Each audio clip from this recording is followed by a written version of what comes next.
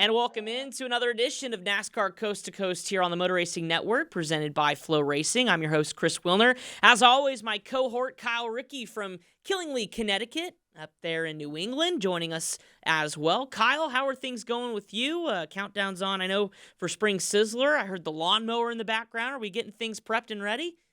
I don't know why that's lawn care day here because it's 27 degrees outside, although it is sunny for the first time in a couple days. It's not raining. But yeah, we're getting ready to go. We're on a warming trend, so they say, for the end of the week. The Thompson Speedway up the road in Thompson, Connecticut opens up with the icebreaker this weekend. And that means just a couple of weeks away from the Spring Sizzler at Stafford, the 50th running of that great event for the modified. So we're about to get into high gear up here in New England when it comes to short track racing. Finally. Yeah, finally. Seriously. At least you got some warmth up in COTA. How was your trip with the Motor Racing Network? And did you get some barbecue? Please tell me you did. I did not get any barbecue. A couple of folks on the network did. I'm not a barbecue guy. That's right. You're just a McDonald's guy. Get him a cheeseburger, and he's good. I was on the Kurt Becker plan. I walked into the hotel lobby, and I was starving. And Kurt's standing there, waiting for his room, but he has a bag of Burger King, and it had enough food in it for half the hotel. And he was in for the night. Once he got his room, he was in. He wasn't going to dinner. He was hungry, and that was his lunch and dinner. Took that sack up there, buckled in, and started eating. I did not. Yeah, he did. I didn't follow that route. I went out with the boys. I forget where we went, but it wasn't Burger King. It was a little higher. I'm proud of you. That, but proud of you. Thank you. But it was a good weekend. Windy, very windy. I was out in the turn, not on the big tower, but on a scissor lift out in turn 11.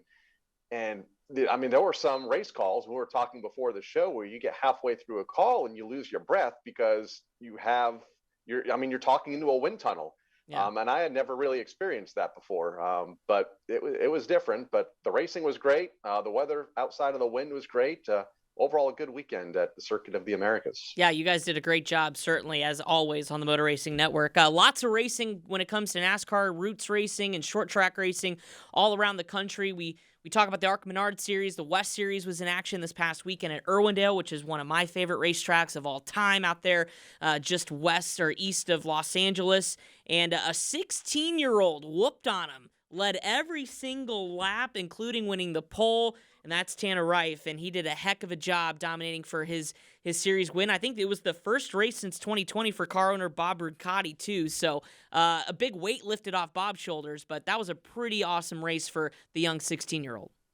And we were wondering, coming out of Phoenix, where we didn't have a lot of series regulars up toward the top of the leaderboard, we were wondering who would emerge from the West and run for this championship, and it looks like it's going to be another year of Bob Riccati and his two drivers with Jake Drew and Tanner Reif, and Bill McAnally with his drivers, Cole Moore and Austin Herzog, all finishing in the top four. Moore was second, Herzog was third, Jake Drew was fourth, and Paul Pedroncelli Jr. rounded out the top five in his family team.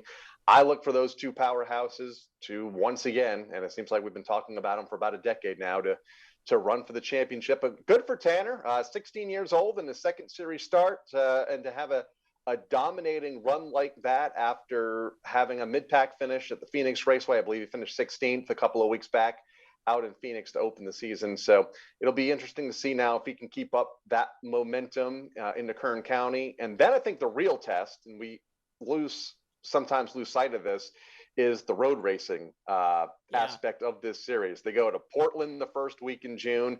They go to Sonoma the second week in June. Not only you want to run well, but you just want to survive. And a lot of big names have lost championships these last few years because they can't get through the road racing part of the schedule. And those 2 weeks in early summer are going to be fun to watch. Yeah, it's a discipline that continues to grow on all levels of NASCAR. So certainly you're going to have to learn one way or the other. So the ARCA Menards Series is certainly one way to do so. we talked about the dominating run for Tanner, but it came down to a late race restart because Jake Drew and Trevor Huddleston got into it. Some tempers after the race. You know, Jake Drew, you just mentioned, a guy we expect to challenge for the championship. But nevertheless, the Bill McAnally duo doing a great job as well, getting their career best finishes. But also want to know, it's pretty cool. There was a mom-daughter, first time ever starting the ARCA Menards Series. And I'm talking about Sarah Burgess and Bridget Burgess. Didn't go the way they wanted to in the race, but mom-daughter, that's got to be pretty special to both be in ARCA Menards Series competition at the same time.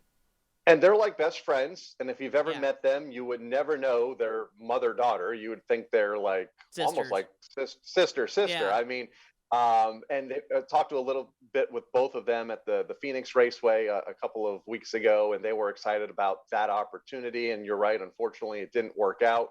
I love the video of Bridget on social media at the autograph session. I think she was signing a young fan's forehead, and she wasn't expecting that at the autograph session. But yeah, great personality, relatively a new driver to the West Series. Follow her on Facebook and on Twitter. She's a fun follow, and you know, her and mom. Hopefully, we'll see them more together, on track together down the road. Yeah, it kind of reminds me of Talladega Nights. Sure, ma'am, I'd love to sign your baby. It's like, you'll just sign whatever, but that's awesome. And to put a bow on it, too, I think Elio Castroneves was paying attention because Tanner climbed the fence. He actually put his interview on pause, went and climbed the fence at Irwindale. So the 16-year-old certainly taking a page out of one of the legends in Elio Castroneves and climbing the fence. That was pretty special to watch, too. It always makes me nervous. I guess the young does. kids can do it, but boy, when you get 6, 7 steps up, don't slip. And Noah Gragson did it years ago at Stafford, my home track up here. He won what was then the K&N East race, and climbed the fence. And it's a smaller mesh fence, and I wasn't sure if he knew.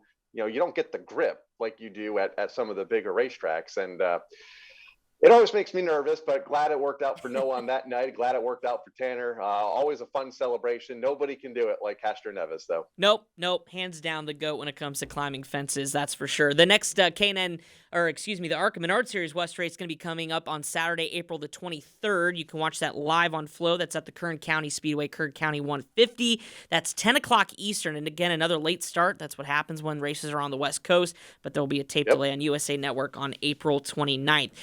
More short track racing, a little bit closer to my neck of the woods. Second annual Georgia Spring Nationals at Cordell. The Southern Super Series taking on Cordell and Bubba Pollard. I think the headline was like, comeback continues through Cordell. Bubba was at a point last year where he was like, sometimes I just would leave the racetrack, after qualifying, want to load it up and just go on to the next one. Just wasn't happy with the performance of that 26. But lately, he's been on a roll in 2022. Already big race wins, whether it was New Smyrna, Citrus County, and now picking up the Georgia Spring Nationals, Kyle. I say he's found his groove back, right? Yeah, he's back. He's back. You mentioned 3 big wins already with the Red Eye and New Smyrna and this past weekend, and beat some of the best in doing it. Jet Noland, Daniel Dye. Was he ever really gone? I know he struggled a little bit, but he faded back a little bit and had to get around Daniel Dye, I think, with like under 100 to go. So it wasn't a walk in the park, but I think he flexed his muscles when he needed to. But just in general, I feel like we've always talked about Bubba Pollard. I know he had some struggles, but I guess everybody does. I mean, you're not going to win every race, but great I think run it's for Bubba him Pollard this past weekend in standards, Georgia. right? Like, I think he never That's true. left, but it's just you're used to hearing his name winning races week in and week out. And so when you're suddenly getting top 5 instead of podiums or wins, to some, you're struggling. Now, for me, I'd be through the moon because, I'm not on Bubba Pollard standards at all, not even close. So, but it is cool to see kind of that resurgence of him. He had his super fan there. I don't know if you saw Matt Weaver on Twitter was posting, like, this guy goes to every race Bubba's in, and he waves his hat every lap, cheers him on. So there's a little Bubba Pollard mojo back for sure. 3 wins, 2 runners up in the first 3 months of the season. I'd say he's liking where he's at.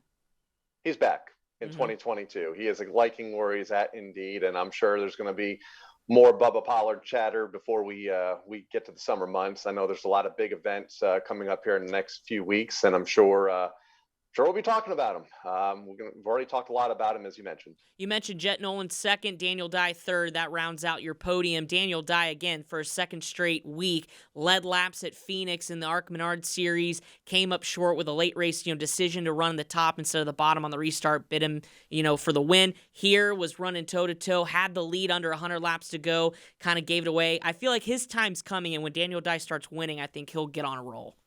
You said it best. Once it clicks, and once he gets that first checkered flag of the year, he's going to pick up a bunch of them. It's just a matter of getting that first one so close at Phoenix. I still think if it wasn't for that caution or green, the green came out, then the caution came out, and then the green came back out. If it wasn't for that, and I felt like that kind of disrupted his race at Phoenix. If it wasn't for that, I think we would have been talking about him in victory lane, and nice to see him running back up front here a couple of weeks later.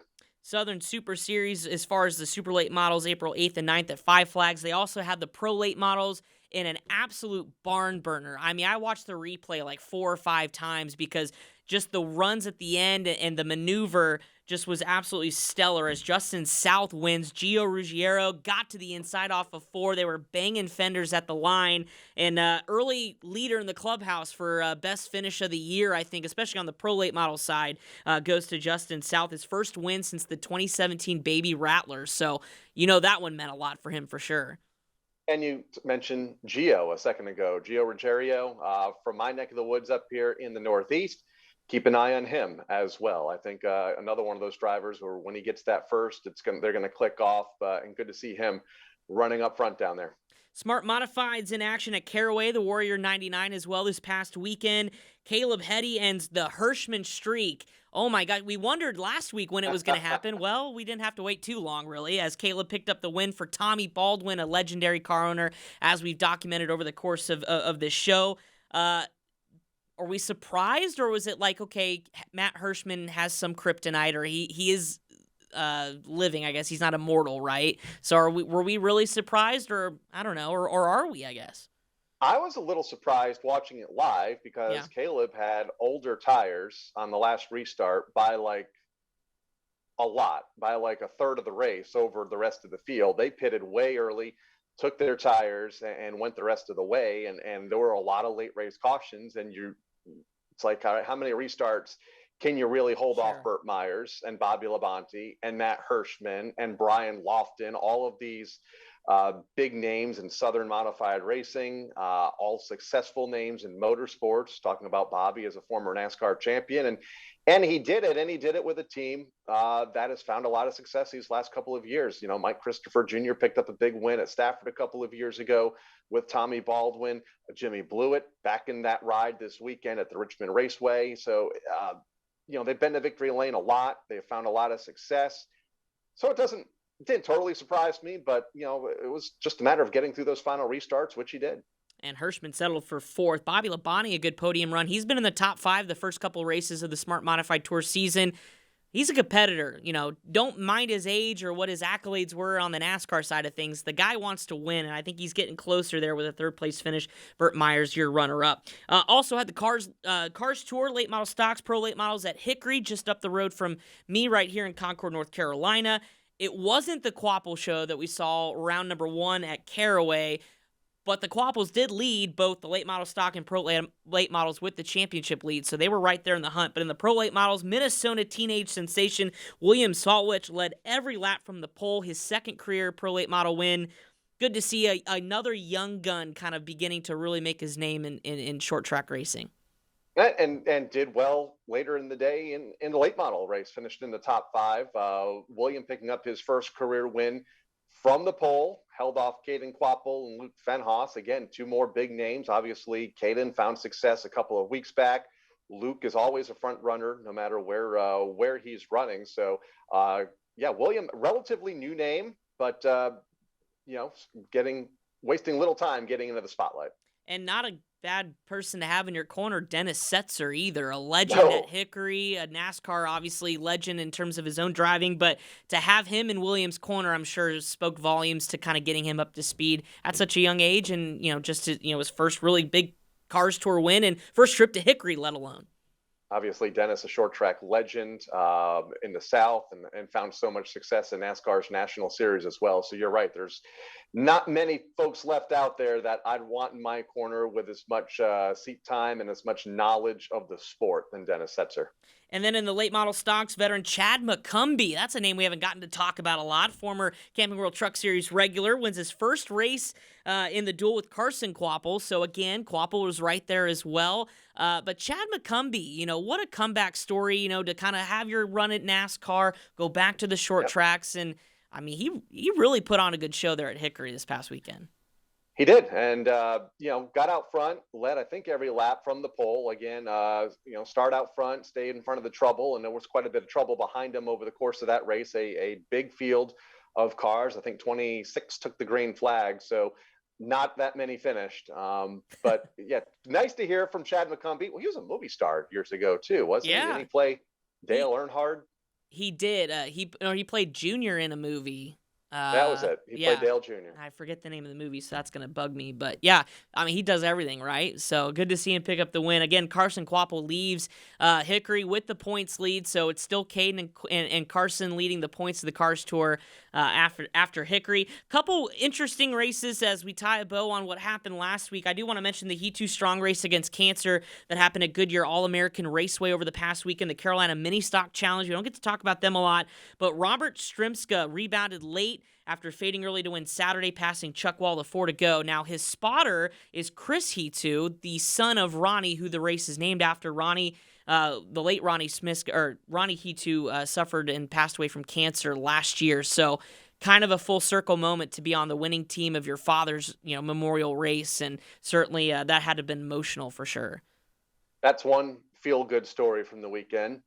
I have another before we get to the break. Evergreen Speedway, Pro Late Models, Naima Lang, after suffering a massive hit, and the video I think is out there from Tri-City Raceway a couple months ago, back in October, broke his leg, I think fractured some ribs, cracked some ribs.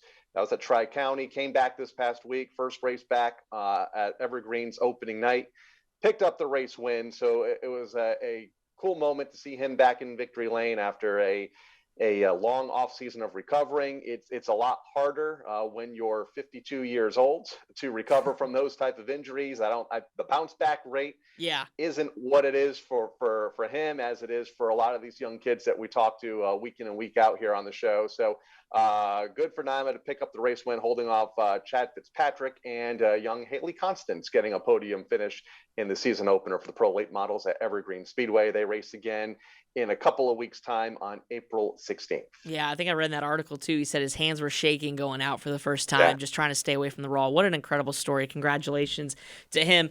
2 news and notes before we hit the break and visit with a special guest here on the show. The first is, the Southern Super Series postponed their Southern National Raceway Park event on April 23rd. Tire shortages are becoming an issue that's affected them, maybe a little bit more so than others, and also, a little bit of a schedule date conflict, too. So for those looking forward to that, it is going to be rescheduled. We don't know when just yet, but we will in a little bit. Also, Kyle, a bounty, I think I'm hearing from Brad May at New Smyrna.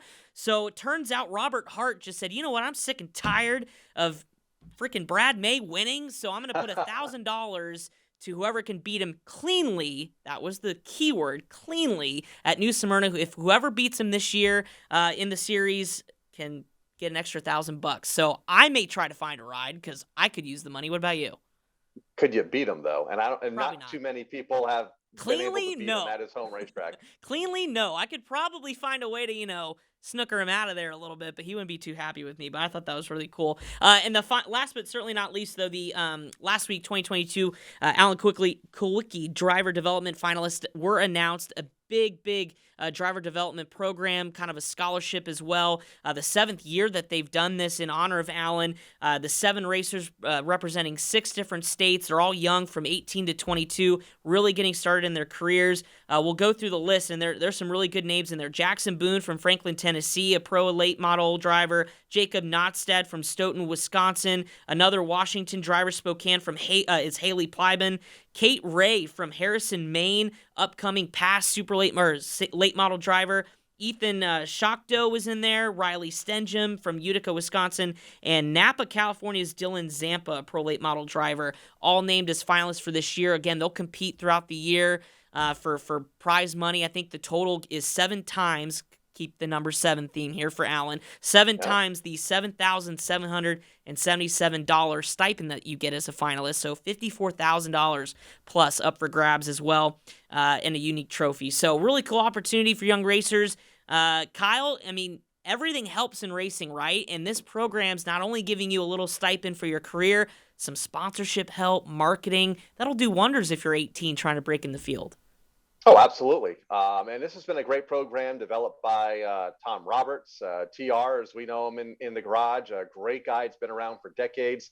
Was Alan Kulwicki's PR guy. Hard to believe, 30 years ago. Wow. When Kulwicki won the championship in 1992 in the NASCAR. That was the year I was born, Kyle, because I just celebrated my 30th birthday. That's crazy, because I remember watching every race that year and watching Alan's comeback from when he crashed at Dover, when he was 200 points behind Bill Elliott and making his way back to in contention at Atlanta on that cool November day. So yeah, these young drivers, 3 decades later, continuing to benefit in Alan's memory. And I look forward to talking to one of them here coming up in just a few minutes. Absolutely. Yeah, we are. We're going to talk to Kate Re from Harrison, Maine, up in your neck of the woods in New England, a young up-and-coming driver. And, we mentioned this is their first big opportunity on a national stage to get some recognition. Well, we're going to put her to the media test, see how she does in an interview. We'll give her a grade, hopefully, maybe a little bit later. But Kate Re is coming up next. Again, one of the Alan Kulwicki Driver Development finalists here for 2022. She's on the line next, and we'll be right back here on NASCAR Coast to Coast presented by FloRacing. You're watching NASCAR Coast to Coast presented by FloRacing, the new home of NASCAR roots. You can subscribe today at FloRacing.com.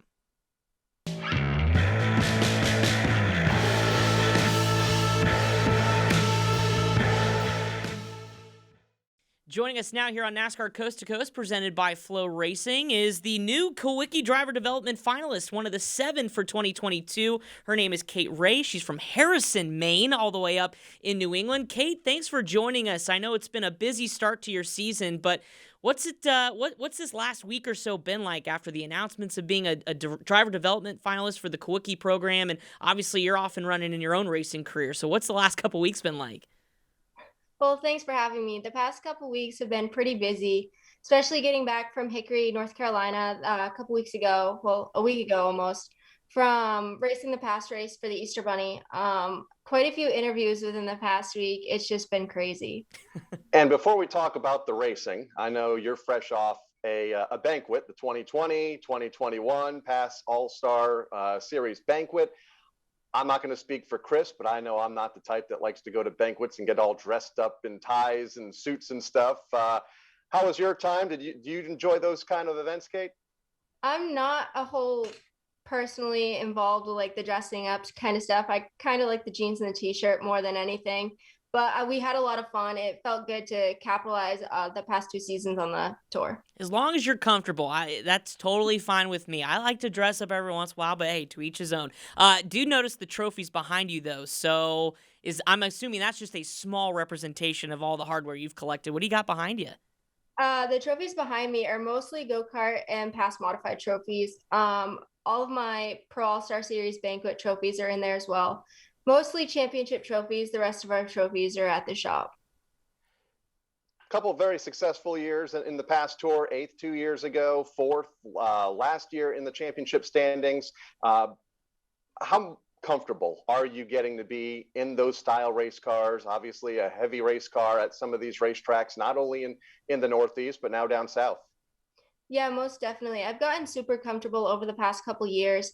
Going into Hickory a couple weekends ago, I felt super comfortable. It felt like I never missed a beat from the end of last season to the beginning of this season. So after those 2 iffy runs, I'm looking forward to this weekend at Thompson to see what we can do. So you travel around, you run all these different racetracks. What's been the biggest challenge for you as like your career really takes off in the past series and obviously, working your way up the ladder? What's been the biggest challenge for you, especially, going from somebody in go-karts to running now these bigger tracks? I mean, what's I guess the most challenging aspect of that transition? Something the most challenging it has been is having to listen and lean on so many different people. I kind of like to do things my own way and just do how I want to do it. And in these kind of cars, I can't. I need to listen to people, take in as much information as I can, and it's a huge learning process that I have to understand. So there's a lot of full-bodied veteran drivers in the past tour. Are you able to lean on guys like a Joey Pole and Eddie McDonald, the DJ Shaw that you see week in and week out that have been around this business for decades, and their families have been around it for longer?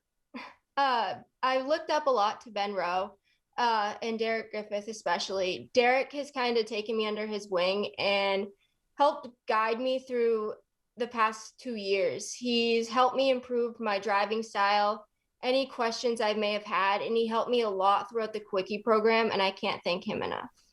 And speaking of now the Kulwicki Driver Development Program that you're named a finalist for, what does that mean to you? I mean, if you look at the names that have been a part of it in the past, the pedigree that comes with it, the opportunity that comes with being a finalist and getting aid and sponsorship development, and you get a little stipend at the beginning to help with, racing and things like that. What does that mean to you personally to be a part of it? Well, to be honest with you, when the semifinalist list came out of the top 16, I was not expecting to see my name on that list whatsoever. It was kind of just Derek's like, hey, fill this out when it comes out. And that was basically it. I filled it out and I wasn't expecting to be that top 16. And then I get the call from Alan Dietz the Monday after Hickory saying, hey, you're one of the finalists. I was honestly so shocked. I love racing with a dedication behind me, a reason behind me. So racing for Alan is something that's going to push me even more to do my best week in and week out. It just gives me more drive and a more competition aspect, if you will. Tom Roberts, who was Alan Kulwicki's PR rep during the 1992 Cup Series season, does a great job with this program. One of the nicest guys you'll ever meet in the industry. Been around a long time. After we lost Alan, he moved on and did PR work for Team Penske. So glad to see the program such a success, and want to wish you the best of luck when we look forward to that program in the coming weeks. But I want to talk about the big tracks. You got Thompson coming up. You have New Hampshire coming up. You said in a recent interview you like big track racing. What is it about your comfort level at these bigger racetracks here in New England? I really don't know. I just have taken to the big tracks so easily. My first time at Thompson, I never saw the track before and brought a brand new car to me there. Never driven it before, never even started it before. And it was my first time at Thompson and in that car, and I was able to finish a strong 10th place finish. My first top 10 actually in a super.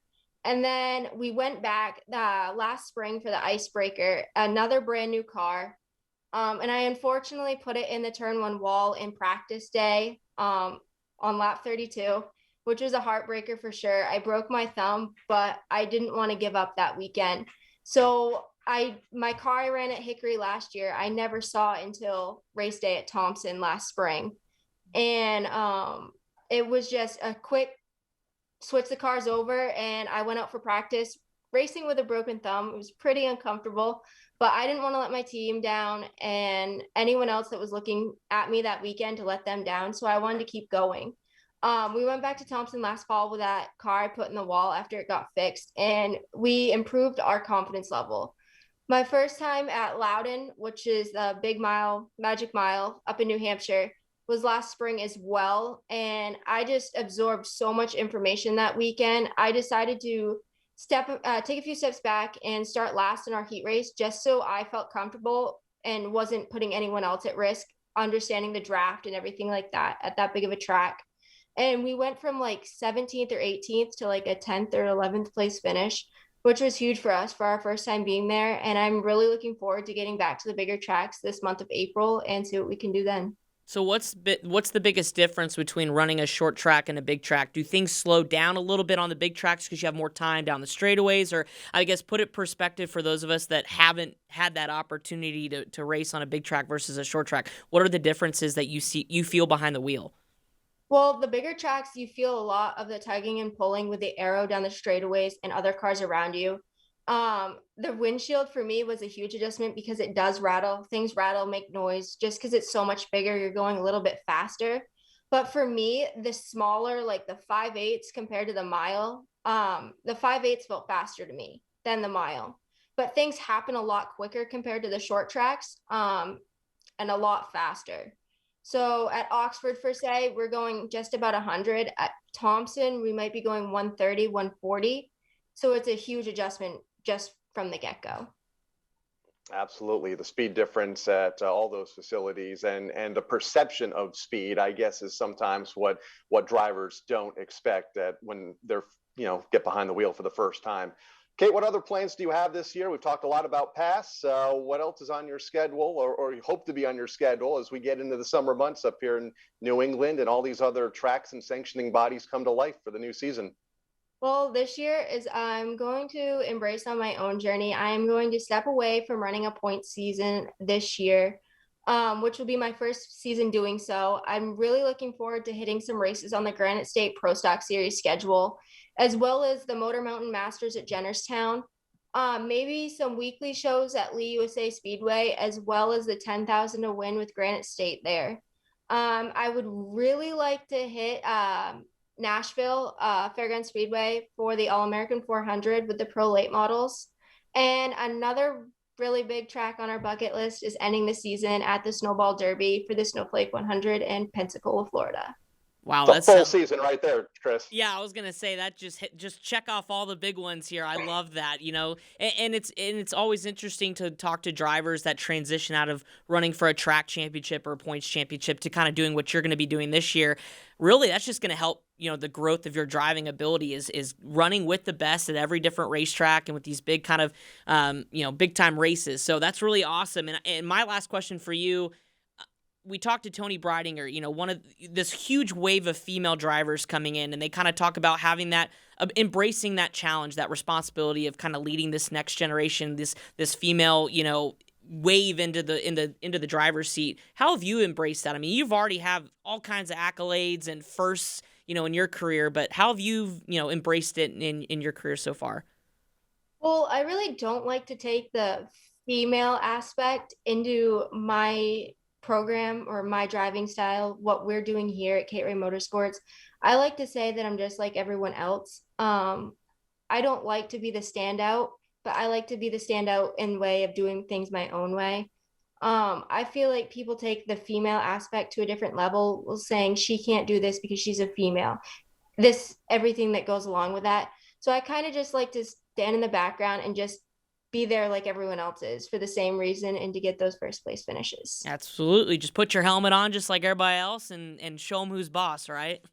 Most definitely.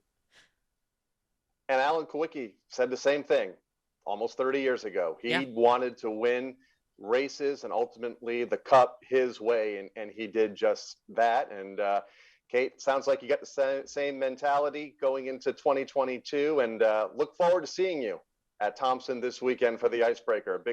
Big weekend for you guys, especially on Saturday with your feature event. Thank you. I'm looking forward to it. Thank you, Kate, so much. Best of luck to you. Hopefully we'll get to catch up during the rest of the season, and good luck with the Kulwicki Driver Development Program. I know there's a lot of, evaluations and things throughout the season, and we wish you the best of luck. Thank you. I appreciate it. That's Kate Re joining us from all the way in Maine, a past series regular, as well as the Alan Kulwicki Driver Development finalist for 2022. Always good to catch up with her. We'll be right back on NASCAR Coast to Coast presented by FloRacing after this.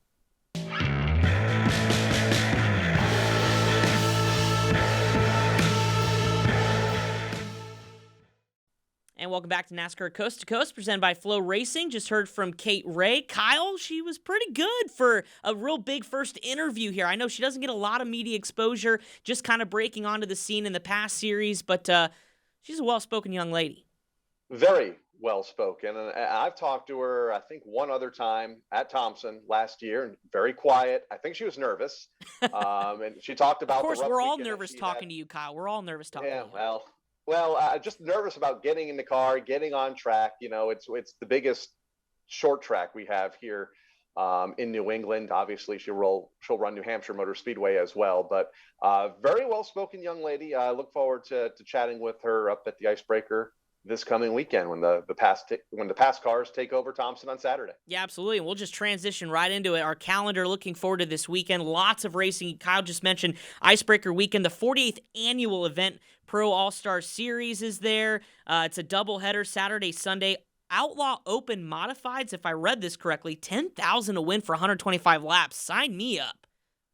Tour type modifieds, and a lot of the teams in the NASCAR Wheel and Modified Tour, we'll talk about them in a moment, but a lot of those teams are going to make the trek up to the Thompson Speedway following their race on Friday night. I think they're going to practice on Saturday, have some track time Saturday before their 125 lap event on Sunday. Yeah, a lot of money on the line. We're expecting a lot of the big guns to be in the field on Sunday afternoon, but busy weekend for modifieds and a lot of options. We have Richmond, we have Smart Modifieds at South Boston, and then the open race at Thompson. So teams are going to have to pick and choose, and if they elect to do all three, that could be a fun little vlog for the teams involved. I was going to say, I hope somebody does just so I can follow along, because that is a grind, let me tell you what. But yeah, the Icebreaker at Thompson, one of the oldest, New England's oldest modified races too, that you could watch the coverage live on Racing America Saturday and Sunday. Kyle mentioned Smart Modified Tour as well. South Boston, the Flying VA 99, honoring the heritage of Southern Modified Racing. Mr. Modified Ray Hendrick is actually going to be honored there during that weekend. So a really special event for modified racing. South Boston just opened their season last week. So really, really cool to have that event there. And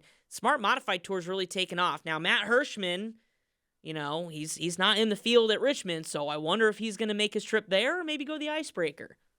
I think that's a good question. I haven't talked to Matt this week, but I have a feeling he's going to go to the Smart Modified race. Try to go for so much 3 success. for 3, right? 3 for 4. He 4, finished fourth last week. Yeah. Bobby Labonte, I think he could be the feel-good story of the weekend. Found success there in the old NASCAR Busch Series decades ago at South Boston Speedway. So I think going back there now in a modified, he could be one to beat. Obviously, Burt Myers, Brian Lofton had a good top 5 run last week. We talked about him earlier in the show. So going to be a good show. No matter who's there, you'll get the big Southern names there on Saturday night, and look forward to watching it. Absolutely. And then to kind of wrap up what's going on in the modified world, it's the granddaddy of them all, at least for so far in 2022, besides the opener at New Smyrna, which was pretty awesome. The NASCAR Wheel and Modified Tour hits Richmond Raceway. The Virginia is for Racing Lovers 150 is part of the NASCAR weekend up at Richmond. The 3/4 mile, action-packed. We came back there for the first time in 20 years last year in the fall for the NASCAR weekend. Ryan Preece picked up the win. It was very popular. I know it's been on everyone's mind to get modifieds back to Richmond, since 2002 to last year, and then obviously picking things up with this year. It should be no different. Should be an excellent race, and all eyes will be on Justin Bonsignor, the 3-time and defending Tour champion. 32nd at New Smyrna, I think shocked everybody. Does he rebound this weekend? Had an overheating issue to start the season at New Smyrna, so that means he is very deep in the championship standings and has had the better of 2 months to think about it.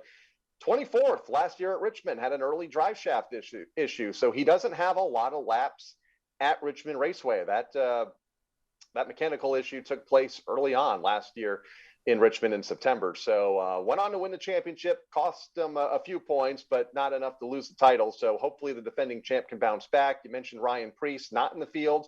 He's going to focus his efforts on the NASCAR Xfinity Series on Saturday night. No Doug Coby in the field because he is going to run a part-time schedule this year. His next event at Stafford in a couple of weeks. No, we don't think no Matt Hirschman in the field. We actually know no Matt Hirschman in the field. We think he was going to be at South Boston. So, yeah, keep an eye on Justin Bonsignor. Keep an eye on Bobby Santos running that 44 Tenio Motorsports car. Always strong when that team goes to the bigger racetracks. Bobby very comfortable there. He's always been comfortable there, no matter whether it's in a USAC Silver Crown car, a USAC Sprint car, or a modified. Has several checkered flags at New Hampshire Motor Speedway, a track that you could probably compare easiest to Richmond in a modified. So Bobby's another one of my favorites, and I like Donnie Leah coming back to the NASCAR Modified Tour for the first time in 5 years. We haven't seen Donnie since 2017. We'll be driving Old Blue, number 3 for the Bowler Racing family. So again, a driver that found a lot of success in New Hampshire in his championship years and in his heyday, coming back very comfortable at these bigger racetracks. So I look forward to seeing Donnie at the front of the field as well. Yeah, and I think John McKennedy and Ronnie Williams could be up there as well. They both finished on the podium in last year's event, so we know that they have speed to get to the end. But it's 150 laps, 110,000 in prize money total. So, I mean, there's a lot on the line here. So it's not a schlub race. Like, you bring your best stuff and you show out, because there's NASCAR teams watching. The stands should be packed, because for Richmond race weekend's always a popular event for those on the East Coast to come down, make a big weekend out of it. And of course, you can listen to that live on the Motor Racing Network at 6:30 p.m. Eastern time on MRN. It's also will be live on FloRacing USA tape delay on the USA Network back on April the 9th. So pretty cool event. I'm excited to watch it. I didn't get to watch last year's return, but I heard rave reviews, so I've got that circled of what I'm doing on Friday night. 31 cars on the entry list. It's a good field. Ron Silk, another former champion, going to be in the field. You mentioned John McKennedy. I think Eric Goodale could be a sleeper after a runner-up finish at New Smyrna in February. Although he has 4-6 wins to his credit. I'm not sure if Eric's much of a sleeper anymore, but yeah, he should be up toward the front of the field as well. So a lot of folks looking to fill that Ryan Preece void this weekend, and it's going to be well deserving whoever can get to the checkered flag first. Yep, doors wide open, 6:30 once again on Friday night on MRN. Speaking of icebreakers, Nashville Fairgrounds going to thaw out for the first time in 2022 and open their season opener with the 100, can you believe it, 118 seasons of racing at the Nashville Fairgrounds Speedway. Unbelievable. Pro late models, they're going to do 118 laps, very fitting for the season opener. Limited late street stocks are there. Obviously, it's a staple racetrack. All-American 400 will be there later this year. Always one of my favorites to watch, and certainly excited for them to kick off their season. Kyle, we also have CRA Late Model Sportsmen kicking off their part of the 11th annual CRA Cabin Fever Championship Shady Bowl. I've never been there, but heard it's pretty awesome. Neither have I. Yeah, no, again, a lot of these racetracks, I'm like, man, I'm making my bucket list, and Stafford's number one, don't worry. 3-time defending champ Billy Houston topping that CRA regular list on the entry list, so that should be fun. And we got a lot of weekly racing, Kyle. Florence's late model stocks and 8 other divisions. Hickory twin late model stock 40s. Carolina Pro late models are there. You got a lot to choose from, but clearly I think I know where our focus is going to be, and that's Friday night. You're going to even have more to choose from here when we get to, April and May. I feel like NASCAR, along with Flow Sports, they're announcing a new track to the lineup, the weekly lineup, about every other day. South Boston, Langley. I think Berlin Speedway is going to be a part of that program this year, and our friend and co-worker Jeff Striegel managing that racetrack once again in 2022. They're getting ready for their icebreaker event in a couple of weeks. So a lot of options on Thursday, Friday, and Saturday nights to choose from, and it's going to be a great season of short track racing, and I can't wait to see how this new partnership with Flow pans out, with a lot of these short tracks bringing a lot of interest from around the country to other parts of the country, to fans that can't get to these racetracks like yourself. Yeah, absolutely. And it's been a blessing to be able to tune in every night, and there's always something, and if it's not live, it's taped on Flow. You can go on there and watch the replays. You can watch the interviews, and it certainly made me more of a short track pavement fan coming from the dirt side. So I really appreciated the Flow to open their doors and to bring NASCAR into its platform. So Kyle, enjoy your weekend, my friend. I heard the lawnmower earlier as we documented, so maybe you get out and do some lawn work, go help them out, offer some beverages. I know it's a little cold, but I mean, they could still use some help. Now we pay for that. He's fine. Okay. All right. Well, yeah, we'll let him do his job. That's fine. Enjoy the racing, and can't wait to catch up and talk everything modifieds and all that good stuff next week. Be at Thompson this weekend. Weather so far looks good. No rain, about 55, 60 degrees, and this time of year, we'll take it. Well, I don't want to rub it in, but I'll be in Tampa this weekend for my bachelor party, and it'll be 85 degrees, so take that. But there's no racing, though. I know. I was going to say, you won't have past super late models and modified. But I will be locked in, though, on my phone or on the computer all weekend long to all the action, so I'm sure the other boys you're going to be with we're going to appreciate that. Well, tough. It's my bachelor party. I can do what I want. So there you go. For Kyle Ricky, I'm Chris Wilner. Thanks for tuning in. Once again, NASCAR Coast to Coast presented by FloRacing. We hope you have a great weekend of racing, whatever you tune in to watch, and we'll recap it all next week. We'll see you later. Did you enjoy today's show? If so, subscribe right now to FloRacing, the new home of NASCAR Roots. Catch all NASCAR Roots action, including Wheel and Modified Tour, ARCA Menards Series, PTs, and NASCAR Weekly Tour races all season long on FloRacing.com. Subscribe today.